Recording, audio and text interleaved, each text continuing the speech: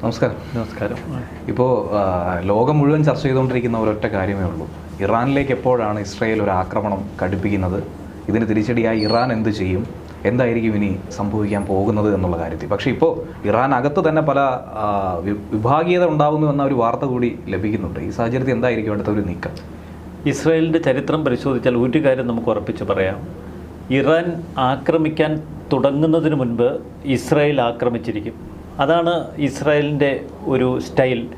ഒരിക്കൽ കഴിഞ്ഞ 2023 ഒക്ടോബർ 7-ാം തീയതി അവർക്കൊരു അബദ്ധം പറ്റി എന്നതൊഴിച്ചാൽ ഇസ്രായേലിൻ്റെ കഴിഞ്ഞകാല ചരിത്രങ്ങൾ, യുദ്ധരീതികൾ, ആ ചരിത്രത്തിൻ്റെ നാൾവഴികൾ എടുത്താൽ ഏത് യുദ്ധത്തിലും ശത്രു തങ്ങളെ ആക്രമിക്കാൻ ഒരുങ്ങുന്നു എന്നതിൻ്റെ വിവരം അവർക്ക് നേരത്തെ കിട്ടുകയും ശത്രുവിനെ കടന്നാക്രമിക്കുകയും ചെയ്യും. 1967 നടന്ന 6 ദിന യുദ്ധം, അതാണ് ചരിത്രത്തിൽ ഇസ്രായേലിനെ രേഖപ്പെടുത്തിയ ഏറ്റവും കരുത്തുറ്റ ഒരു യുദ്ധം. 6 ദിവസമേ ആ യുദ്ധം നീണ്ടു നിന്നുള്ളൂ എങ്കിലും ഇസ്രായേൽ അജയ്യരാണ് എന്ന് ലോകത്തെ കാട്ടിക്കൊടുത്തൊരു യുദ്ധമായിരുന്നു. അന്ന് ശത്രു അറബ് രാജ്യങ്ങളെല്ലാം ഒരുമിച്ചു. ജോർദാന്, തൊട്ടപ്പുറത്തുള്ള സിറിയ, ഇവർക്കെല്ലാം പരിപൂർണ പിന്തുണയുമായി ഇറാൻ നിൽക്കുന്നു. മറ്റ് നിരവധി രാജ്യങ്ങളുടെ രഹസ്യ പിന്തുണ. ഇസ്രായേൽ എന്ന കുഞ്ഞൻ രാജ്യം ഇനി ഭൂമുഖത്തുണ്ടാവില്ല എന്ന് വെല്ലുവിളിച്ചുകൊണ്ടാണ് അന്ന് അറബ് രാജ്യങ്ങൾ ഇസ്രായേലിനെ ആക്രമിക്കാനുള്ള കോപ്പ് കൂട്ടിയത്. 1967 ജൂൺ 5 അതൊരു നിർണായക ദിവസമായിരുന്നു. അന്ന് ഈജിപ്തിലെ അന്ന് ഈജിപ്റ്റ് വളരെ ശക്തമായ വ്യോമ ആക്രമണത്തിന് ശക്തിയുള്ള കെൽപ്പുള്ള ഒരു രാജ്യമായിരുന്നു. നിരവധി യുദ്ധവിമാനങ്ങൾ. ഈ യുദ്ധവിമാനങ്ങളൊക്കെ ഇസ്രായേലിനെ ആക്രമിക്കാനുള്ള തയ്യാറെടുപ്പുകൾക്കായി അവർ രാവിലെ ഹാങ്കറിൽ നിർത്തിയിട്ടിരിക്കുന്നു. അവരുടെ വ്യോമ ബേസ് വളരെ പെർഫെക്റ്റ് ആയിരുന്നു ഈജിപ്തിൻ്റെ. പക്ഷേ ആ അതിരാവിലെ 8 മണിക്ക് ഇസ്രായേൽ ഒരു അത്ഭുതമാണ് ലോകത്തിന് മുന്നിൽ കാട്ടിയത്. ഇസ്രായേലിൻ്റെ എയർബേസിൽ നിന്ന് പറന്നുയർന്ന ഫൈറ്റർ ജെറ്റുകൾ നേരെ ഈജിപ്തിലേക്ക് പറക്കുന്നു.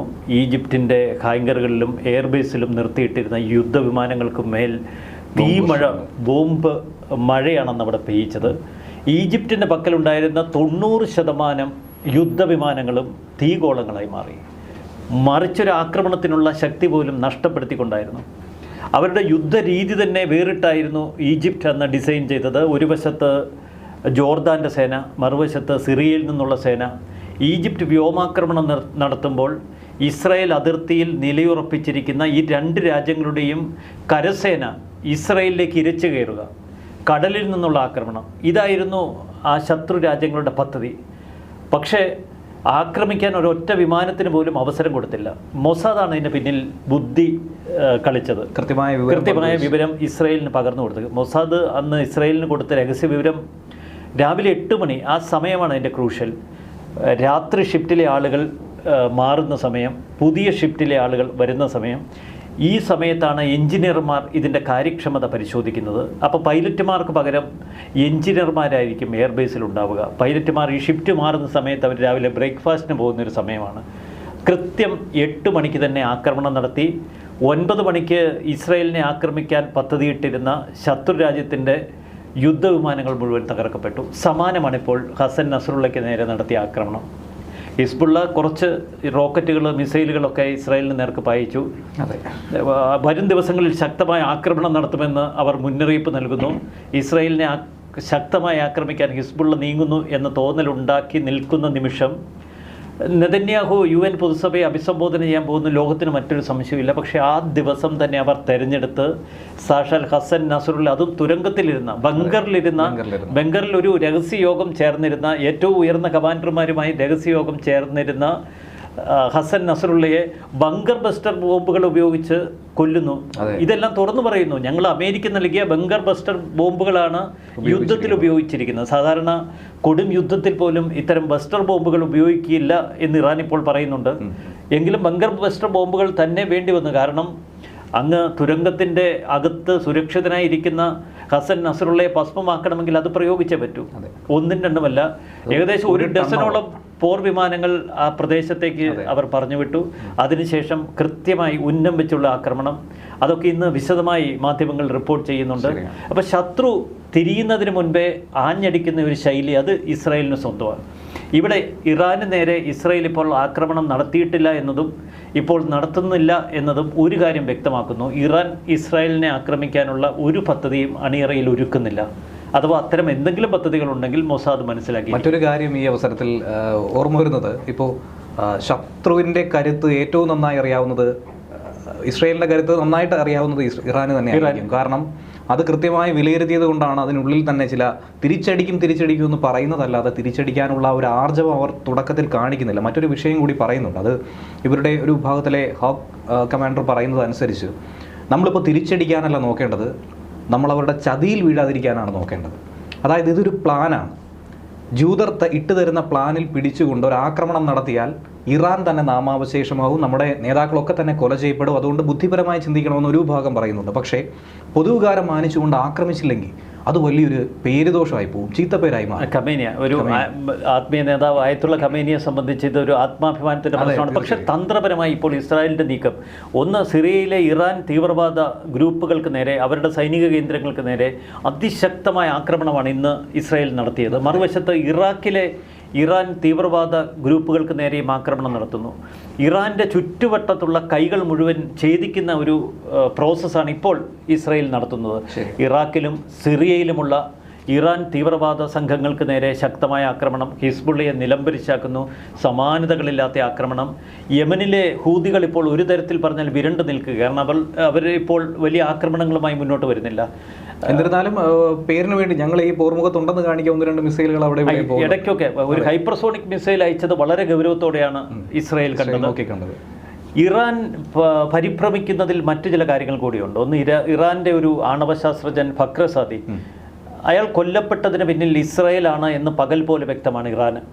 ആ കൊല്ലപ്പെട്ട രീതി, ഇറാന്റെ മുൻ ഭരണാധികാരി ഇബ്രാഹിം റെയ്സിയുടെ കൊലപാതകം, അതിനെല്ലാം ശേഷമായിരുന്നു ഇസ്മായിൽ ഹനിയ, ഇറാന്റെ പുതിയ പ്രസിഡന്റിന്റെ ചടങ്ങിൽ പങ്കെടുക്കാനെത്തിയ അദ്ദേഹത്തെ താമസിപ്പിച്ചിരുന്ന വളരെ സുരക്ഷിതമായി ഇറാൻ റവല്യൂഷണറി ഗാർഡിൻ്റെ സുരക്ഷയിൽ ഏറ്റവും തന്ത്രപ്രധാനമായ സ്ഥലത്താണ്. പക്ഷേ അവിടെ ഇസ്മായിൽ ഹനിയെ വധിക്കാൻ ഇസ്രായേലിന് കഴിഞ്ഞു. ഇതിൽ നിന്ന് ഒരു കാര്യം വ്യക്തമാണ്: ഇസ്രായേലിൻ്റെ ചാരന്മാർ ഇറാൻ്റെ പല ഭാഗങ്ങളിലുമുണ്ട്. ഇന്ന് ന്യൂയോർക്ക് ടൈംസ് എഴുതിയ ഒരു ലേഖനമുണ്ട്. അതിലവർ കൃത്യമായി വിവരിക്കുന്നു, കഴിഞ്ഞ ഒരു പതിറ്റാണ്ടായി ഹസൻ നസറുള്ളയുടെ പിന്നാലെ മൊസാദിൻ്റെ ചാരന്മാരുണ്ടായിരുന്നു. കൃത്യമായി പറഞ്ഞാൽ 18 വർഷം. അതിലപ്പുറം ഹിസ്ബുള്ളയിലെ ചില പോരാളികളെങ്കിലും മൊസാദ് ചാരന്മാരാണ് എന്ന് ന്യൂയോർക്ക് ടൈംസ് പറയുന്നു. അപ്പോൾ ഹിസ്ബുള്ളയുടെ ഓരോ നീക്കങ്ങളും കൃത്യമായി മനസ്സിലാക്കി അത് ഇസ്രായേലിന് കൊടുക്കുന്ന സംവിധാനം അവർ ഇതിനകം തന്നെ വികസിപ്പിച്ചെടുത്തിട്ടുണ്ട്. ഇതേ സംവിധാനം ഇറാൻ മണ്ണിലും പ്രവർത്തിക്കുന്നുണ്ടാവാം.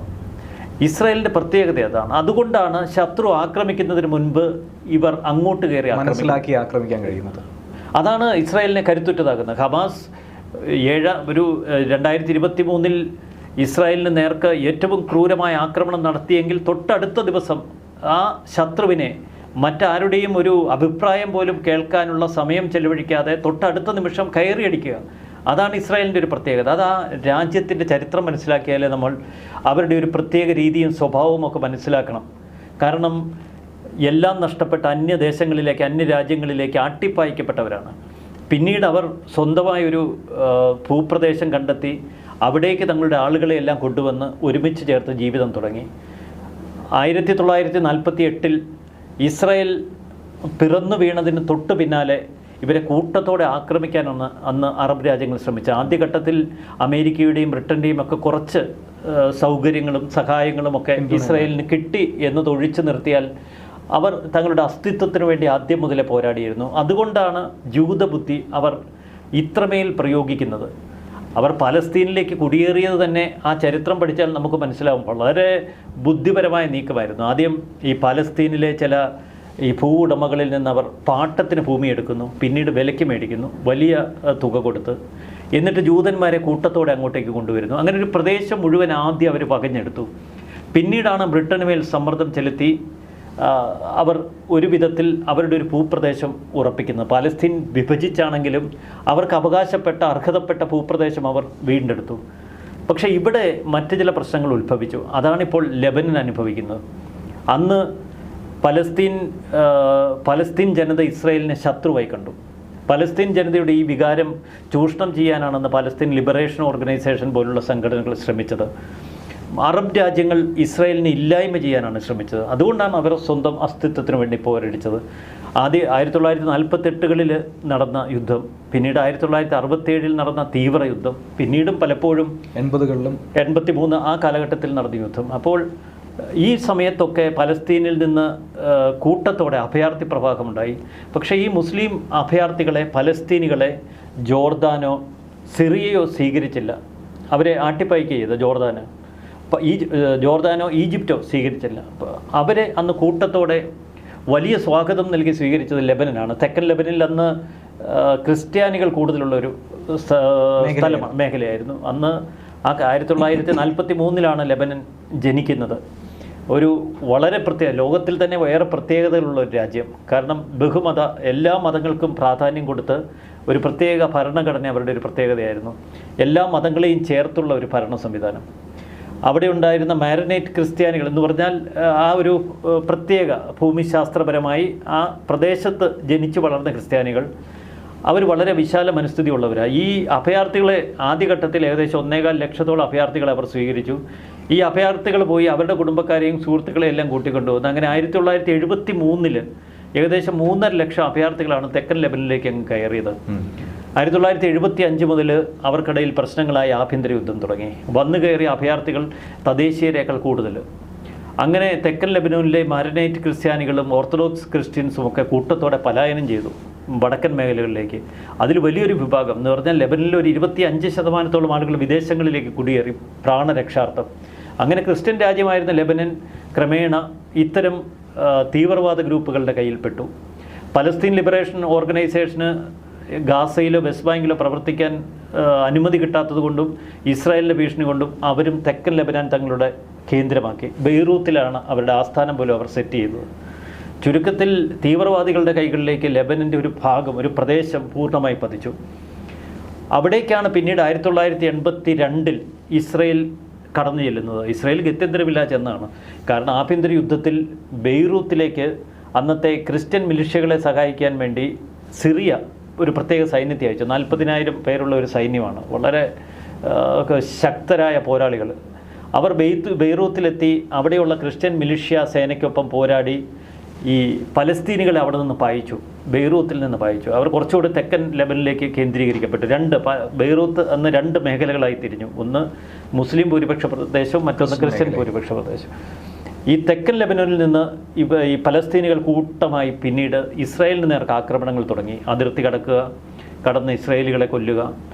ഒടുവിൽ ഗത്യന്തരമില്ല 1982 ഇസ്രായേൽ കടന്നാക്രമണം നടത്തിയപ്പോൾ അതിന് ക്രിസ്ത്യൻ മിലിഷ്യകളുടെ സഹായം അവർക്ക് ലഭിച്ചു. അവിടെയാണ് ചരിത്രം ഒന്ന് വഴിമാറുന്നത്. അന്ന് പലസ്തീൻ ജനതയ്ക്ക് നേരെ, പലസ്തീൻ അഭയാർത്ഥികൾക്ക് നേരെ ഇസ്രായേൽ നടത്തിയത് സമാനതകളില്ലാത്ത ക്രൂരതയാണ്. അന്ന് ബെയ്റൂത്തിലേക്ക് വന്ന ഇസ്രായേൽ സേന ഈ ക്രിസ്ത്യൻ മിലിഷ്യകൾക്കും സിറിയൻ സേനയ്ക്കും ഒപ്പം ചേർന്ന് ഈ പലസ്തീനികളെ കൂട്ടക്കൊല ചെയ്തു. അവർ പറയുന്നത് അവരുടെ നിലനിൽപ്പിന് വേണ്ടിയിട്ടാണ് എന്നാണ്. അതാണ് പിന്നീട് വലിയ ചോരപ്പുഴ ഒഴുകാൻ കാരണം. 15 വർഷക്കാലം നീണ്ടു നിന്ന ആഭ്യന്തര യുദ്ധം. ഈ കാലഘട്ടത്തിൽ ബെയ്റൂത്തിൽ നിന്ന് ഇസ്രായേൽ പിൻവാങ്ങി. കാരണം അതിശക്തമായ സമ്മർദ്ദം, അന്താരാഷ്ട്ര സമൂഹത്തിന് സമ്മർദ്ദം. പക്ഷേ ആ യുദ്ധത്തിൽ ഇപ്പോഴും ആര് വിജയിച്ചു എന്ന് ചോദിച്ചാൽ ഇരു കൂട്ടരും വിജയം അല്ല, അത് 2006 1975 മുതൽ നീണ്ടു നിന്ന 1982 മുതൽ 2000 വരെ ഇസ്രായേൽ അവിടെ നിലയുറപ്പിച്ച കാലഘട്ടത്തിൽ ഇസ്രായേൽ സുരക്ഷിതമായിരുന്നു. തെക്കൻ ലെബനനിൽ നിന്ന് ഇസ്രായേലിന് നേർക്ക് ആക്രമണങ്ങൾ ഉണ്ടായിട്ടില്ല. പലസ്തീൻ ജനതയെ അവർ അടിച്ചമർത്തി തന്നെയാണ് കഴിഞ്ഞത്. ആ ഒരു അവസ്ഥയ്ക്ക് മാറ്റം വന്നത് 2000 അന്താരാഷ്ട്ര സമൂഹത്തിൻ്റെ ഇടപെടലുകളും ഇസ്രായേലികൾ ചരിത്രപരമായൊരു മണ്ടത്തരം കാണിച്ചു. സ്വന്തം രാജ്യത്ത് നിന്ന് ശക്തമായ ഒരു സമ്മർദ്ദം, എന്തിനാണ് നമ്മുടെ സേനയെ മറ്റൊരു രാജ്യത്തിട്ടിരിക്കുന്നത്? അങ്ങനെ 2000 അവർ പിൻവാങ്ങിയതിനു ശേഷം സംഭവിച്ചത്, അന്ന് പലസ്തീൻ ലിബറേഷൻ ഓർഗനൈസേഷൻ്റെ കയ്യിൽ നിന്ന് 1982 അവിടെ ശക്തമായി വളർന്നു വന്ന പുതിയ തീവ്രവാദ സംഘടന ഇറാൻ്റെ സഹായത്തോടെ ഹിസ്ബുള്ളയുടെ ഉദയമാണ്. ഹിസ്ബുള്ള അങ്ങ് വളർന്നു വരുന്നു. ഹസൻ നസ്രുള്ള 82 ഹസൻ നസ്രുള്ളയുടെ കൈ ചെല്ലുന്നവർ, ഹസൻ നസ്രുള്ള ഇസ്രായേലിനെ ശത്രുവായി പ്രഖ്യാപിക്കുന്നു. ഇസ്രായേലിനെ ഉന്മൂലനം ചെയ്യുകയാണ് ഹിസ്ബുള്ളയുടെ ലക്ഷ്യമെന്ന പ്രഖ്യാപനമാണ് പിന്നീട് കാര്യങ്ങൾ വഷളാക്കിയത്. ഹമാസും കൂടുതൽ ശക്തമായത് ഹിസ്ബുള്ളയുടെ സഹകരണം കൊണ്ടാണ്. ഇറാനിൽ നിന്ന് ആയുധങ്ങൾ ഹിസ്ബുള്ള കടത്തുന്നു, അത് ഹമാസിന് കൈമാറുന്നു. അങ്ങനെ ഹമാസും ഹിസ്ബുള്ളയും ഹൂതികളും സിറിയയിലെ തീവ്രവാദികളും ചേർന്നുള്ള ഒരു വലിയ ഭീകര നെക്സസ് ലോകത്തെ വിഴുങ്ങുന്ന ഒരു ഘട്ടത്തിലെത്തി. ഇവിടെയാണ് ഇസ്രയേൽ പിന്നീട് അതിക്രൂരമായ യുദ്ധമുറകളിലേക്ക് കടന്നത്. പലസ്തീനിൽ ഇപ്പം 43,000-ഓളം പലസ്തീനികൾ ഹമാസ് ഭീകരർ ഉൾപ്പെടെ കൊല ചെയ്യപ്പെട്ടു. ഇപ്പോഴിതാ തെക്കൻ ലെബനനിൽ. പക്ഷെ അവിടെ ശ്രദ്ധിക്കേണ്ട ഒരു കാര്യം, ഇക്കഴിഞ്ഞ ദിവസം ഹസൻ നസ്രുള്ളയെ കൊലപ്പെടുത്തുന്ന ബോംബ് സ്ഫോടനത്തിന് 5 മിനിറ്റ് മുമ്പ് അപ്പാർട്ട്മെൻറ്റിലുള്ള ജനങ്ങളോട് അവർ നിർദ്ദേശം നൽകി ഇവിടെ നിന്ന് മാറാൻ. പിന്നീട് അതിന് സമീപത്തുള്ള കെട്ടിടങ്ങൾക്ക് താഴെ ഭൂഗർഭ അറകളിലുള്ള ഹിസ്ബുള്ളയുടെ ആയുധ കേന്ദ്രങ്ങൾ നശിപ്പിക്കുന്നതിന് മുൻപ് സാധാരണ ജനങ്ങൾക്ക് മെസ്സേജ് കൈമാറി അരമണിക്കൂർ സമയമെടുത്താണ് അവർ ആക്രമണം നടത്തിയത്. പരമാവധി സിവിലിയന്മാർ കൊല്ലപ്പെടാതിരിക്കാനുള്ള ഒരു ജാഗ്രത കൃത്യമായി ഇസ്രായേൽ പാലിക്കുന്നു. അത് ഇസ്രായേലി ഡിഫൻസ് ഫോഴ്സ് തന്നെ അവരുടെ സോഷ്യൽ മീഡിയ ഹാൻഡിൽ പങ്കുവച്ചിട്ടുണ്ട്. മാപ്പ് അടക്കം ഈ മേഖലകളിലായിരിക്കും ബോംബ് വർഷിക്കുന്നത്. ഈ നിർദ്ദേശമൊക്കെ തന്നെ നൽകിയതായിരുന്നു. കൃത്യമായ സൈറൺ അവിടെ പായിച്ചിട്ടുണ്ടായിരുന്നു, ശബ്ദിച്ചിട്ടുണ്ടായിരുന്നു എന്നുള്ള വിവരമൊക്കെ തന്നെ നൽകുന്നുണ്ട്. എന്നിട്ട് പോലും അറിഞ്ഞില്ല എന്ന് പറയുന്നതാണ് അതിശയകരമായിട്ടുള്ള ഒരു കാര്യം എന്ന് പറയുന്നത്. ഇസ്രായേലിൻ്റെ ഒരു ചരിത്രം, ലെബനൻ്റെ ഒരു ചരിത്രം, ഇതൊക്കെ നമ്മൾ പരിശോധിക്കുമ്പോൾ ഇസ്രായേൽ ഇപ്പോൾ നടത്തുന്നതിൽ വലിയ അത്ഭുതമൊന്നും നമുക്ക് തോന്നില്ല. കാരണം ഇത് അവരുടെ നിലനിൽപ്പിൻ്റെ പോരാട്ടമാണ്. ഇത്തരമൊരു പോരാട്ടത്തിലൂടെ മാത്രമേ ഇസ്രായേലിന് നിലനിൽപ്പുള്ളൂ. അല്ലെങ്കിൽ ഹമാസുകാർ ഇസ്രായേലിലേക്ക് കടന്ന് വളരെ നിഷ്ഠൂരമായ ക്രൂരത അവിടെ നടത്താൻ നമ്മൾ ചരിത്രം കണ്ടതാണ്. ഇതാണ് ഇസ്രായേലിൻ്റെ ഒരു കരുത്ത്. ഇനി മുന്നിൽ എന്ത് എന്നൊരു ചോദ്യം സ്വാഭാവികമായി ഉണ്ടാവാം. ഇസ്രായേലിനെ സംബന്ധിച്ച് ഇനി ഒരു പിന്നോട്ട് പോക്ക് ഒരിക്കലും സാധ്യമല്ല. ഇറാൻ യുദ്ധത്തിനിറങ്ങിയാൽ അവരെ നിലംപരിശാക്കുക എന്നൊരൊറ്റ ലക്ഷ്യം മാത്രമേ ഇസ്രായേലിന് മുന്നിലുള്ളൂ. ഒരു കാരണവശാലും ജോർദാൻ ഇറാനെ സഹായിക്കാൻ കടന്നു വരില്ല. കാരണം ജോർദാൻ വളരെ ദുർബലമായിരിക്കുന്നു. ജോർദാൻ അമേരിക്കയുടെ ഒരു സഖ്യരാജ്യം പോലെയാണ് ജോർദാൻ ഇപ്പോൾ. സിറിയയ്ക്ക് ഇപ്പോൾ ഒരു ഔദ്യോഗിക ഭരണകൂടമൊക്കെ പേരിനേ ഉള്ളൂ. ലെബനൻ ഭരണകൂടം പോലെ തന്നെ പണമില്ല, സൈന്യമില്ല, വല്ലാത്ത അവസ്ഥയിൽ തന്നെയാണ് സിറിയയുടെ ഇപ്പോഴത്തെ അവസ്ഥ. ലെബനൻ ഔദ്യോഗിക ഭരണകൂടത്തിന് ഒരു ശക്തിയുമില്ല. അവരുടെ ഔദ്യോഗിക സൈന്യമെന്ന് പറയാൻ പോലും ഒന്നുമില്ല. അതുകൊണ്ട് ലെബനനിൽ നിന്നും ഒരു തരത്തിലുള്ള പിന്തുണ ഈ തീവ്രവാദികൾക്ക് കിട്ടില്ല. ആകെയുള്ളത് ഇറാൻ്റെ പിന്തുണ മാത്രമാണ്. ഇറാഖിൽ എപ്പോൾ വേണമെങ്കിലും തിരിച്ച് പഴയ ഫോമിലേക്ക് അമേരിക്കയ്ക്ക് കടന്നു വരാൻ പറ്റും. കാരണം അമേരിക്കൻ ബേസുകൾ ഇപ്പോഴും അവർ പൂർണ്ണമായി ഒഴിഞ്ഞു പോയിട്ടില്ല. ഇതാണ് ഒരു പശ്ചിമേഷ്യയുടെ ഒരു പശ്ചാത്തലം. മറ്റുള്ളവർ ഈ പലസ്തീനു വേണ്ടിയുള്ള പോരാട്ടത്തിൻ്റെ കഥകൾ പറയുമ്പോൾ, ഹിസ്ബുള്ള അറബ് രാജ്യങ്ങളുടെ സംരക്ഷകരായി വാഴ്ത്തുമ്പോൾ, ഒരു രാജ്യം അവരുടെ നിലനിൽപ്പിന് വേണ്ടിയാണ് പോരാടുന്നത്, അവരുടെ ജീവന് വേണ്ടിയാണ്. അതുതന്നെയാണ് നെതന്യാഹു UN പൊതുസഭയിൽ പറഞ്ഞത്. ഞങ്ങളുടെ രാജ്യം ഞങ്ങളുടെ ജീവൻ നിലനിർത്താൻ പൊരുതുകയാണ്, ഞങ്ങളുടെ സംസ്കാരം നിലനിർത്താൻ പൊരുതുകയാണ്, ഞങ്ങളുടെ അസ്തിത്വത്തിന് വേണ്ടി പൊരുതുകയാണ്. അതിന് ഒരു ലോകശക്തിക്കും തടഞ്ഞു നിർത്താൻ കഴിയില്ല. തൊട്ടു പിന്നാലെ അമേരിക്ക പരിപൂർണ്ണ പിന്തുണ അറിയിച്ചു. ആദ്യഘട്ടത്തിൽ ഹിസ്ബുള്ളയുമായി വെടിനിർത്തൽ വേണമെന്നാവശ്യപ്പെട്ട ഫ്രാൻസ് പിന്നീട് മിണ്ടിയിട്ടില്ല. യൂറോപ്യൻ യൂണിയൻ രാജ്യങ്ങളാരും ഇതേക്കുറിച്ച് ഒരു അഭിപ്രായം പറയുന്നില്ല. ഹിസ്ബുള്ളയെ തകർക്കുക, അത് അമേരിക്കയുടെയും ഇസ്രായേലിൻ്റെയും ഒരു മിനിമം പദ്ധതി ലക്ഷ്യം തന്നെയായിരുന്നു. അതെ. ഇപ്പോൾ ഈ ഹിസ്ബുള്ളയെ നമുക്കറിയാവുന്നതാണ്. ഹിസ്ബുള്ള ഉദയം കൊണ്ടത് തന്നെ ഇസ്രായേലിനെ ഇല്ലാതാക്കുക എന്ന ലക്ഷ്യത്തോടെ 92 ആയപ്പോൾ തലവനായി. 2000-ലെ ഇസ്രായേലിൻ്റെ പിന്മാറ്റമാണ് ഹിസ്ബുള്ളയെ ലെബനനിൽ വളർത്തിയത്. ലെബനനിൽ നിന്നല്ല, അറബ് രാജ്യങ്ങളുടെ സംരക്ഷകരായി അവരോധിക്കാനുള്ള കാരണം ആ ഒരു പിന്മാറ്റമാണ്. അത് ഹിസ്ബുള്ളയെ ഭയന്നിട്ടാണ് ഇസ്രായേൽ തെക്കൻ ലെബനൻ ഒഴിവായി പോയത് എന്നുള്ള പ്രചരണം വന്ന് വ്യാപകമായി. ഹസൻ നസ്രുള്ള അങ്ങനെയാണ് ഒരു വലിയ നേതാവായി ഇമർജ് ചെയ്തത്. ഇനി അത് ഒരു ആക്രമണം, തീവ്രവാദം എന്ന രീതിയിൽ മാത്രമല്ല, അവിടുത്തെ രാഷ്ട്രീയ പാർട്ടികളിലും എനിക്ക് തോന്നുന്നു ഏകദേശം 12% സാന്നിധ്യം അവരുണ്ട്. അവരുടെ വാക്ക് തന്നെയാണ് അവസാന വാക്കായി അവിടെ ഇപ്പോഴും നിലനിൽക്കുന്നത്. അങ്ങനെ വരുമ്പോൾ ഇനി ഹിസ്ബുള്ളയെ ആര് നയിക്കുമെന്നുള്ളത് പ്രധാനപ്പെട്ട ഒരു ചോദ്യമാണ്. പലരുടെയും പേരുകൾ പറഞ്ഞു കേൾക്കുന്നു. എന്നിരുന്നാൽ പോലും പ്രധാന തലകളൊക്കെ തന്നെ പോയിട്ടുണ്ട്. അവരുടെ കമാൻഡറെ മാത്രമേ വധിക്കാനുള്ളൂ എന്ന് അവരൊരു ഫേസ്ബുക്ക് പോസ്റ്റ് ഇട്ട്, ബാക്കിയെല്ലാം എലിമിനേറ്റഡ് എന്ന് പറഞ്ഞ് കാണിക്കുന്നുണ്ട്.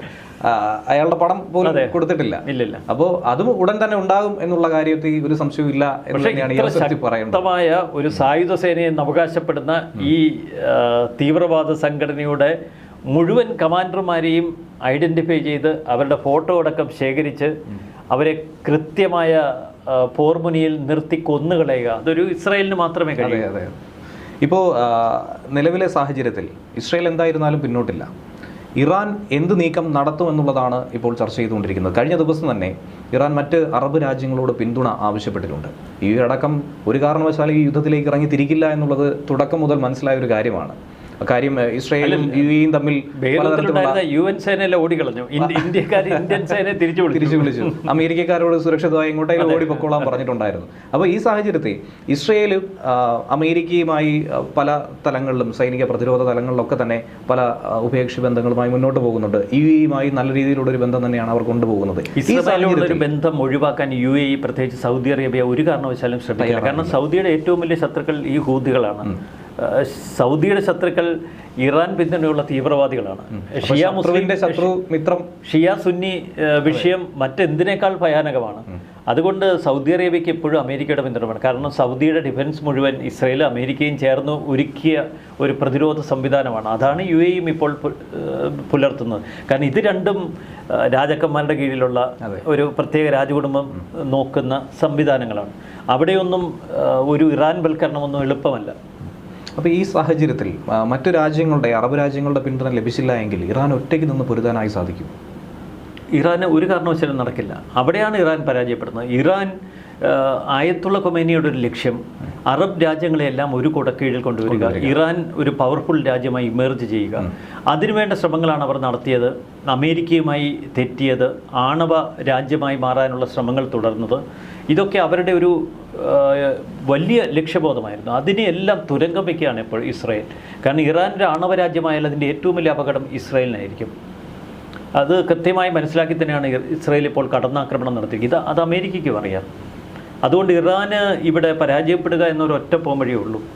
അമേരിക്കയുടെ ഒരു കാര്യം പറയുകയാണെങ്കിൽ ശരിക്കും പറഞ്ഞാൽ ഒരു വലിയ തിരിച്ചടി അമേരിക്കയ്ക്ക് കൂടി ഈ ഘട്ടത്തിൽ ലഭിക്കുന്നുണ്ട്. കാര്യം ഇനി തിരഞ്ഞെടുപ്പ് നടക്കാനിരിക്കുന്നു. കമല ഹാരിസും ട്രംപും തമ്മിൽ ഏറ്റുമുട്ടുന്ന ഒരു സാഹചര്യം വരുന്നുണ്ട്. അപ്പോൾ കമലയുടെ ഗ്രാഫ് ഒരല്പം മുകളിലേക്ക് വന്നിരുന്നുവെങ്കിൽ പോലും അമേരിക്ക ഒരു വെടിനിർത്തൽ കരാറുമായി 21 ദിവസത്തെ വെടിനിർത്തൽ കരാറുമായി മുന്നോട്ട് വന്നപ്പോൾ ഒരു കാരണവശാലും ഇതിനോട്ട് അടുക്കാത്ത ഒരു നടപടി കാണിച്ചു. അതെ, ഒരു കാരണവശാലും അതിനോട്ടില്ല എന്ന് പറഞ്ഞ് തൊട്ട് പുറകെയാണ് ഹിസ്ബുള്ള തലവന്റെ തലയെടുത്തത്. അപ്പോൾ ഈ സാഹചര്യത്തിൽ അമേരിക്കയ്ക്ക് വലിയൊരു ക്ഷീണമായി മാറിയില്ല. ട്രംപ് അത് ആയുധമാക്കി മാറ്റുന്നു. അമേരിക്ക മാത്രമല്ല, ലോകത്തെ അത് ബോധ്യപ്പെടുത്തി കൊടുക്കാൻ ഇസ്രായേലിന് കഴിഞ്ഞു. UN പൊതുസഭയിൽ സംസാരിച്ചതിന് തൊട്ടു പിന്നാലെ നെതന്യാഹുവിൻ്റെ ഹോട്ടൽ മുറിയിലെത്തി ഇസ്രായേൽ സൈനിക സെക്രട്ടറി ഹസൻ നസ്രുള്ളയെ വധിക്കാനുള്ള ഉത്തരവിൽ ഒപ്പ് വെപ്പിക്കുന്ന ആ ഫോട്ടോ അത് പിന്നീട് ഇസ്രായേൽ തന്നെ പുറത്തുവിട്ട് ഇപ്പോൾ ലോകമാധ്യമങ്ങളിൽ വലിയ വൈറലാണ്. അപ്പോൾ കൃത്യമായ പ്ലാനിങ് നടത്തിയിട്ടാണ് നെതന്യാഹു ഇവിടെ നിന്ന് പോകുന്നത്. അതിനുശേഷം ന്യൂയോർക്കിലിരുന്ന് ആ ഉത്തരവിൽ ഒപ്പുവയ്ക്കുന്നു. മിനിറ്റുകൾക്കകം വളരെ കൃത്യമായ ഒരു ആക്രമണം IDF തെക്കൻ ലെബനൻ ബെയ്റൂത്തിൽ ദഹിയയിൽ നടത്തുന്നു. വളരെ നമ്മളെ ലോകത്തെ അതിശയിപ്പിക്കുന്ന നീക്കങ്ങൾ തന്നെയാണ്. ഒരു സിനിമാ സ്റ്റൈലിലുള്ള ഒരു നീക്കം തന്നെയാണ് ഇസ്രായേൽ. സിനിമയൊന്നും ഇതിന്റെ ആ രീതിയിൽ തന്നെയാണ് ഒരു സിനിമയ്ക്കും ചിന്തിക്കാൻ കഴിയാത്ത. ഇപ്പോൾ മറുഭാഗത്ത് നിന്ന് ചിന്തിക്കുമ്പോൾ ചൈനയുടെ മിസൈലുകളാണ് അപ്പോൾ ഒന്ന് ലക്ഷ്യത്തിലേക്ക് പോകുന്നു. ശക്തമായ പിന്തുണ. ഒരു അപകടമുണ്ട്. 1 ലക്ഷത്തോളം മിസൈലുകളുണ്ട് ഹിസ്ബുള്ളയ്ക്ക് എന്നതാണ് 1.5 ലക്ഷത്തോളം ഔദ്യോഗിക കണക്ക്. അതിൻ്റെ അകത്ത് ഏകദേശം 15,000-ഓളം മിസൈലുകൾ ഇതിനകം തന്നെ ഇസ്രായേൽ നശിപ്പിച്ചു. അപ്പോൾ ഈ യുദ്ധം ഉടനെ ഒന്നും നിൽക്കില്ല. കാരണം അവരുടെയിലുള്ള ആയുധശേഖരം കണ്ടെത്തി നിർവീര്യമാക്കുകയോ നശിപ്പിക്കുകയോ ചെയ്യേണ്ടത് ഇസ്രായേലിൻ്റെ സുരക്ഷയ്ക്ക് ആവശ്യമാണ്.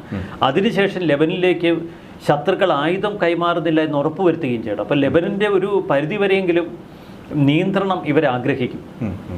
അപ്പോൾ ഇനി അതിർത്തി മേഖലകളിലുള്ള നിരവധി 50,000-ൽ പരം ആളുകളാണ് കഴിഞ്ഞ ദിവസം ഈ ആക്രമണത്തിന് ശേഷം പലായനം ചെയ്തിട്ടുള്ളത്. അപ്പോൾ ഈ ജനജീവിതമാകെ ദുസ്സഹമാകുന്ന ഒരു ഘട്ടമുണ്ട്. ഇപ്പോൾ 10 ലക്ഷത്തോളം ആളുകൾക്കുള്ള ഭക്ഷണ സാധനങ്ങളും മറ്റുമൊക്കെ വിതരണം ചെയ്യുന്നുണ്ട്. ഇവരെ മാറ്റി സുരക്ഷിതമായി പാർപ്പിക്കുക എന്ന് പറയുന്നത് ഇനിയൊരു ആക്രമണം ഉണ്ടാകുമ്പോൾ കൂടുതൽ സിവിലിയൻസ് കൊല്ലപ്പെട്ട ഇതൊരു പുതിയ കാര്യമല്ല. ഈ ലെബനൻ ജനത മുൻപ് ഇതിനേക്കാൾ ഭയാനകമായ ആഭ്യന്തര യുദ്ധം അതിജീവിച്ചവരാണ്. അവരുടെ മുൻ തലമുറ എന്ന് പറയുന്നത് ക്രൂരമായി വേട്ടയാടപ്പെടുകയോ ആട്ടിപ്പായിക്കുകയോ ചെയ്യപ്പെട്ടവരാണ്. അപ്പോൾ ലെബനൻ ജനതയെ സംബന്ധിച്ച് ഇതിൽ വലിയ പ്രത്യേകതയില്ല. തെക്കൻ ലെബനിൽ ഇപ്പോൾ താമസിക്കുന്നവരിൽ ഭൂരിപക്ഷവും പലസ്തീനിൽ നിന്ന് കുടിയേറിയ അഭയാർത്ഥികളാണ്. അവരെ സംബന്ധിച്ചും ഇതിൽ വലിയ പുതുമയില്ല. ഒരു വല്ലാത്ത മാനസികാവസ്ഥയിലാണ് അവർ ജീവിക്കുന്നത്, ഇനി ജീവിക്കേണ്ടി വരുന്നത്. ഇനി എന്താകുമെന്ന് അറിയാതെ തീർച്ചയായിട്ടും. അപ്പോൾ ഈ യുദ്ധം ഒന്നിനും ഒരു പരിഹാരമല്ല. എന്നിരുന്നാൽ പോലും ഇതൊരു ചെറുത്തുനിൽപ്പിന്റെ പോരാട്ടമാണെന്ന് ഇസ്രായേൽ കൃത്യമായി ജീവന് വേണ്ടിയുള്ള, തങ്ങളുടെ പൗരന്മാർക്ക് വേണ്ടിയുള്ള, സംസ്കാരത്തിന് വേണ്ടിയുള്ള, നാടിന് വേണ്ടിയുള്ള അങ്ങനെ ഒരു പോരാട്ടത്തിലാണ് പോയിക്കൊണ്ടിരിക്കുന്നത്. അപ്പോൾ ലെബനിലും ഇപ്പോൾ നമുക്ക് നേരത്തെ പലസ്തീൻ്റെ കാര്യം പറഞ്ഞതുപോലെ വെസ്റ്റ് ബാങ്കും ഗാസയും തമ്മിൽ കൂട്ടിമുട്ടാൻ പോലും കഴിയാത്ത രീതിയിലാണ് രണ്ടറ്റത്തായി മാറി നിൽക്കുന്നത്. ഈ രീതിയിൽ ലെബനനും മാറ്റിയെടുക്കാൻ ചെയ്യാനുള്ളൊരു ശ്രമമാണ് ഇല്ല, ബെയ്റൂത്ത് എന്തായാലും ഇസ്രായേൽ ഒരു ബഫർ സോൺ അവിടെ ആഗ്രഹിക്കും. ഉണ്ടാക്കും. അവരുടെ അതിർത്തിയോട് ചേർന്ന് അതുകൊണ്ട് തന്നെയാണോ തലസ്ഥാനം തന്നെ കീഴടക്കി മുന്നോട്ട് പോകാനുള്ള ഒരു അല്ല, തെക്കൻ ലെബനന്റെ ഒരു ഭാഗം അവരുടെ അതിർത്തിയോട് ചേർന്ന് ഗാസയിൽ മാത്രമല്ല ലെബനനിലും. കാരണം വടക്കൻ ഇസ്രായേലിലെ ജനങ്ങളെ തിരികെ കൊണ്ടുവന്ന് അവിടെ താമസിപ്പിക്കണമെങ്കിൽ അവർ സുരക്ഷിതമായിരിക്കണം. അതെ. ഇതാണ് ഇസ്രായേലിന്റെ വാദം. അവർ സുരക്ഷിതമാവണമെങ്കിൽ അവിടെ ഒരു ബഫർ സോൺ അവർക്ക് ലഭിക്കണം. അവിടെ ശത്രുക്കൾ ഉണ്ടാവരുത്. അതിന് ശക്തമായ ഒരു പ്രതിരോധ സംവിധാനം എന്തായിരുന്നാലും സംശയമൊന്നുമില്ല. അപ്പോൾ ഇനി എന്താകുമെന്നുള്ള ഉദ്വേഗപൂരിതമായ നിമിഷങ്ങൾ തന്നെയാണുള്ളത്. ഇപ്പോൾ കഴിഞ്ഞ ദിവസവും 33-ലധികം ആളുകൾ കൊല്ലപ്പെട്ടു എന്ന് മനസ്സിലാക്കുന്നു. ഇപ്പോൾ നമ്മൾ ഈ ചർച്ച നടത്തുന്ന സമയത്തും 15ഓളം പേർ മരണപ്പെട്ടു എന്നാണ് മനസ്സിലാക്കാൻ കഴിയുന്നത്. യുദ്ധം ഒന്നിനും ഒരു പരിഹാരമല്ല എങ്കിൽ പോലും അവരുടെ ചെറുത്തുനിൽപ്പ്, അവരുടെ നിലനിൽപ്പ്, ഇതിനെയൊക്കെ ആശ്രയിച്ച് തന്നെയാണ് ഈ യുദ്ധം മുന്നോട്ട് പോകുന്നത്. ഇറാനെ സംബന്ധിച്ച് വലിയൊരു ആശയക്കുഴപ്പത്തിലാണ്. എന്താകുമെന്നുള്ളത് വരും ദിവസങ്ങളിൽ തന്നെ കാണാം. തീർച്ചയായിട്ടും. വളരെ നന്ദി. നമസ്കാരം.